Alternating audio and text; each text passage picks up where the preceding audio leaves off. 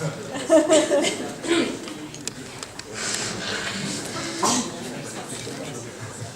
avant tout que je suis sans pression aucune et que c'est tout à fait volontaire de ma part. Tout d'abord, Vincent, on t'invite, Vincent. On t'offre des bières, éventuellement tu pourras manger les restes de pizza que Mathieu n'aura pas dévoré, et peut-être même caresser son chien. Tu vas passer une bonne soirée, Vincent. Ça fait plusieurs fois que tu plaides, Vincent. Et ça fait plusieurs fois que tu commences par « Plaider sec nous propose un sujet plus subtil qu'il n'y paraît. Plaider sec est subtil. » Hein? Je suis connue pour être subtil. Pourquoi on rigole, Vincent? Il y en a qui m'ont déjà vu critiquer d'autres gens. Bon. Soyons clairs, Vincent Ward arrive sur la scène en plein milieu et une de ses premières phrases c'est « Nous sommes la crème de la crème dont il t'inclut avec lui », t'es déçu. Tu t'es dit non, mais du coup tu te rattrapes, non mais il y a de l'écrémé, de la semi-écrémée, de la 0%, lui clairement il est en négatif. Là t'en sorti. Puis, alors oui, là j'ai... Alors, je viens pas spécialement de la haute société parisienne ou je sais pas quoi, mais j'imaginais pas une garden party mondaine comme il nous l'a décrit. Avec des gens qui parlent comme ça uniquement, hein, ça doit être hyper chiant à écouter. Et je pense vraiment pas que ça se passe, enfin j'espère pas que ça se passe comme ça, et d'ailleurs tu nous le dis, puisqu'après finalement tu nous parles de d'autres types de garden party, avec des histoires de, bah soit tu te l'étales sur le visage, soit tu l'avales. Il y a quand même deux types de soirées mondaines dans ta vie, et je sais pas laquelle tu préfères encore, hein, j'ai un doute. Bon, puis finalement, du coup, je te conseille de venir au rugby avec nous. Il y a la biscotte, hein, tu peux la manger aussi. Vraiment, on vous parle de facial et d'avaler pendant 5 minutes, il n'y en a pas un qui dit « Oh !» Et moi, je suis là en petite robe, je fais une blague sur la biscotte, tout le monde est scandalisé. Vraiment, vous me décevez. Enfin bon, sinon, j'ai pas tellement de choses à dire. T'en as mis 3 minutes pour venir à la référence évidente et très claire qui était là-dessus, hein. Tu nous as parlé de ton désespoir de vouloir avoir le sourire de la crémière. Tu n'auras pas le mien. Voilà. C'est gratuit, mais... Qu'est-ce que vous voulez? Je suis prise au dépourvu, je fais ce que je peux.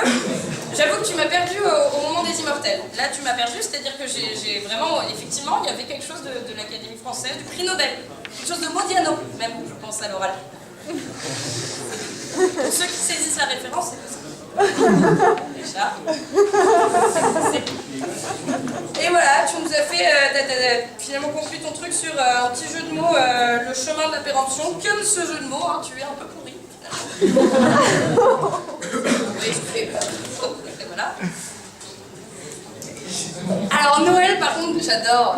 Noël, elle te fait voyager. Noël, elle est là, et en même temps, elle t'emmène à une réunion de la manif pour tous. Et là, elle te dit, on va défendre Mordicus nos valeurs, nous sommes la crème de la crème, laissons pas les négros, pardon. Monsieur emballé, Nadine, retiens-moi. Enfin bon, voilà, et on est vraiment dans un discours de droite bien clair, quoi. Moi, ça me plaît vachement, ça gueule contre les impôts, une éducation nationale qui nous ponctionne, tous dans le privé, les valeurs catho. J'ai vraiment dit, et bien belle de bord de crème, comme ça, on peut la manger demi-crémée, machin, j'ai l'impression de regarder la pouffe dans les émissions de cuisine, t'as le cuistot, et celle qui lui donne la farine. Et là, on est 250 grammes quand même. Et on peut pas prendre de la 0%. Non, ça va être lui. Voilà, écoute, heureusement que tu fais des pauses dans ton discours, parce que j'avais du mal à noter, tu vas très très vite, et heureusement que tu parles de cul. Bon, on est quand même appelé des secs, on est pas non plus là. C'est quand même moi la présidente, je parlais de légèreté tout à l'heure, je comprends bien qu'il y a un thème quoi, cette année. Et effectivement, là tu fais une attaque très basse. J'étais tout le truc très noble, et là t'as été très dur. Il essaie de diplômer les secs. Ça fait quand même 2 ans qu'il essaie de partir. Il ne valide pas sa finance. Laisse-le, le pauvre. Il fait peut-être ça pour rester là, il fait peut-être ça parce que oui, effectivement, il est bibier, il a dû attendre des gens de son âge. Honnête, j'ai réussi.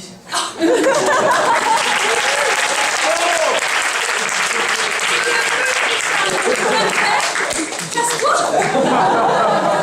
N'est-ce pas? Voilà, donc... nous parle de la manif pour tous, puis elle nous parle de coups de fouet. Tout à coup, tout le monde s'est réveillé dans la salle. Tu l'as pas déjà fait ça? Non? Peut-être. Enfin bon, je vais du coup finir là-dessus. J'ennuie Mathieu, excusez-moi. Alors on en a eu un qui nous a parlé du sourire de la crémière, l'autre qui nous a parlé de se taper la crémière. En tant que seul personnage féminin du jury, vous n'aurez ni l'un ni l'autre.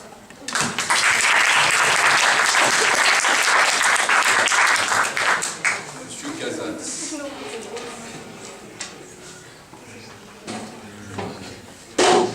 Madame le Président, Mesdames, Messieurs de l'association, chers membres, chers étudiants, je vais dire de l'ESSEC. Une fois encore, merci de votre accueil. Je suis vraiment surpris qu'il y ait eu sujet à récidive.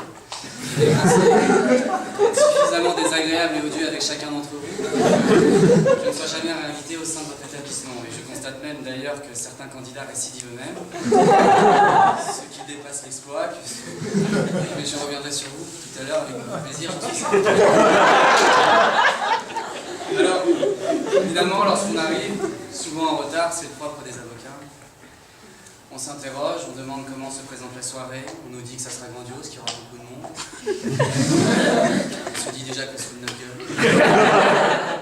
Puis après, on nous dit, vous allez voir, les sujets sont mieux que la dernière fois. On se dit que c'est nécessairement mieux que la dernière fois. Je n'ai pas encore en mémoire la liste de ce qui a été proposé la dernière fois, mais je crois que l'oubli s'applique facilement dans ces cas-là. Et puis, on découpe les sujets par mail, et là, on a un membre qui nous dit, on a vraiment fait un effort, il n'y a aucun caractère sexuel dans ce qu'on a dit. Et tout heureux d'avoir une réflexion concertée des sujets qui ont dû leur prendre plusieurs mois avant d'avoir les résultats proposés. Et voilà que le premier candidat arrive, Vincent, et que j'ai rencontré quelques instants avant. J'ai toujours le souci de parler un peu aux candidats avant, pour leur dire, écoute, tu vas passer une soirée très désagréable. Du moins au début, et puis sans doute après également. Et puis les gens nous disent, oui, vous inquiétez pas, j'ai l'habitude, j'ai été averti X fois de la chose. Et puis vous pouvez faire de moi ce que vous voulez. Alors Vincent, c'est avec plaisir que je le ferai, naturellement dans les limites de l'hétérosexualité. Dans ton discours qui démarre, tu nous expliques ce qu'est la crème, je me dis tiens, voilà un garçon qui est fan de C'est pas sorcier. La crème, comment ça marche, la crème dans tous ses états, la crème, comment elle se périne-t-elle. C'est des recherches sur Google qui concrètement viennent après une fellation sur Panda. Vraiment, personne ne s'intéresse à ça, pourtant tu démarres là-dessus. On attend finalement également ce passage sexuel qui réveille l'attention de toute une salle d'étudiants. Gicler la crème, c'est une élégance. C'était prévisible, j'ai apprécié la crème hydratante, c'était très astucieux, bien amené. J'ai en revanche, je pense, apprécié ce passage où tu t'es mis à imiter, et ça a été très justement souligné tout à l'heure, un petit peu ce qui relève de la bourgeoisie et de l'aristocratie. Soyons sincères, tu n'as aucun talent de comédien. Je sais qu'il y a une entente associative apparemment pour des questions de théâtre, on renonce à tout ça, ça terriblement caricatural.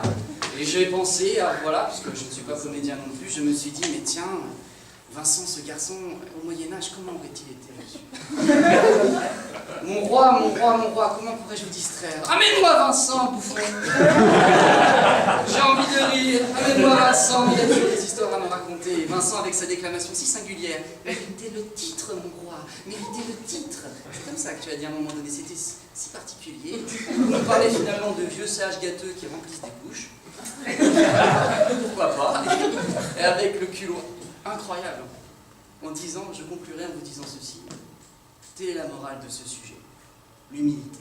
C'est-à-dire, sur un sujet, la crème de la crème, le mec trouve une morale. Et la morale, c'est l'humilité. Donc concrètement, on t'interroge sur les mouettes sont-elles plus habiles que les cormorans? Ouais, il y a une morale dans tout ça. La morale, c'est celle de la fidélité. Déjà, j'ai énormément apprécié ton droit de réponse, ça c'était bien, c'était spontané, c'était direct. Et on voit à quel point dans ces moments-là, tu n'es pas fait pour ça. J'ai passé un excellent moment, je pense qu'on peut quand même l'applaudir parce que la...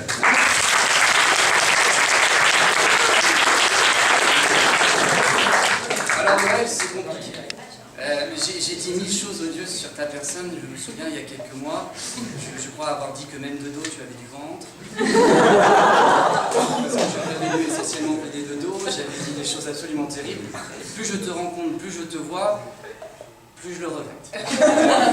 Tu as un talent incroyable, j'ai noté que peu de choses sur toi. Et j'ai noté quand même cette intervention qui prête à l'attention. Ce jeu d'acteur, encore une fois. qu'est-ce que c'est que cette odeur? Je me marre partout, je me dis, mais elle a raison la gamine, attends, ça sent... Ouais, c'est du résidu de foutre des liènes, elle a raison. Est-ce qu'elle a suffisamment voyagé comme moi pour le savoir? Finalement, elle se pointe vers le seul mec le plus discret de la soirée. Le type qui est assis tranquillement. On a l'impression qu'il vient découvrir. Ouais, apparemment, il y a un truc en amphi, c'est sympa et tout. C'est peut-être une conférence sur la rhétorique, on va parler des présocratiques, etc. Il se pose tout tranquille. Tiens, quoi que personne n'a vu jusqu'à présent, mange-toi ça. Périmé, mon gars. Périmé, t'es fini. C'est quoi ton prénom? C'est Richard. Oh, c'est pas intéressant. Impassible. Il se laisse coller le machin. C'est le mec sur qui tu peux coller des étiquettes à foison, il n'y a aucun problème. Tu colles l'étiquette, puis à un moment, il me regarde, une fois qu'elle est dedans et qu'elle a fini, il enlève ça. Et il me sourit. Et dans ce sourire, moi je traduis tout de suite, c'est juste une conne. C'est une conne avec beaucoup de talent, encore bravo à toi.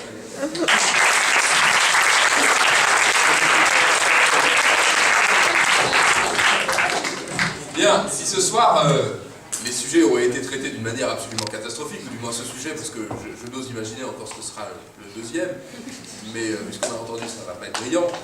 Mais si ce soir les sujets auraient été traités de manière absolument fallacieuse, et on peut le dire, surtout lorsqu'on écoute Vincent, particulièrement ennuyeuse, il y a une phrase qui était vraie, qui était sincère, et qui n'était pas pour autant éloquente. Cette phrase était dite par Madame la deuxième candidate, Noël. Je cite, « Les esprits s'affinent en école de commerce. » Les esprits s'affinent en école de commerce. Vous voyez le côté incongru de la citation. Effectivement, quand je reprends mes notes, c'était « Les esprits ne s'affinent pas en école de commerce. » Et c'est vrai. C'est totalement vrai. Pour en revenir à Vincent, adepte de la nécrophilie et de l'éjaculation faciale sur les bords, finalement, les immortels restent des hommes. Ils peuvent devenir gâteux, la roue tourne et la crème aussi. On a vu des trucs absolument lamentables et c'était ignoble. La vraie péremption, c'est la mort. Et bien, vivement que ça vous arrive, nous aurons au moins le privilège de pouvoir vous oublier. En même temps, il y avait quelque chose de terriblement ironique chez ce jeune homme, chez Monsieur Word, c'est que finalement, il prétend ne pas faire partie des jeunes arrogants en école de commerce, mais alors, franchement, on se le demande. Pourquoi t'es là? Pourquoi es-tu là? Que fais-tu ici? Sinon à nous rabâcher que tu rêverais d'être à HEC pour pouvoir monter un réseau de prostitution. Avec Romuald et, comment tu m'appelles, Jean Gonzague. Donc, tu as bien compris que tu n'étais absolument pas sincère.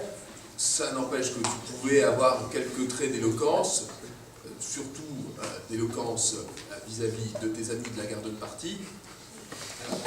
Reste à cette garden party, parce que les mondanités, c'est futile, c'est pour ça qu'on les dit. Voilà. Noël Benoît, donc, est tout à fait consciente de sa valeur. Il y a ce côté un peu moisi, le côté rabâché sans cesse, un infomane, un adepte du fouet, et qui, pour cette raison, est resté vierge depuis son adolescence. Alors, elle se dit d'une élite, plaquée or. La chantilly a peut-être été un peu trop secouée. Il faudrait peut-être calmer les choses. Et si tu veux véritablement faire partie de l'élite, il faut nous donner un peu autre chose qu'une émulsion passagère, dépassée. Moi, j'aurais voulu boire du petit lait. Pour l'instant, c'était quand même très sombre.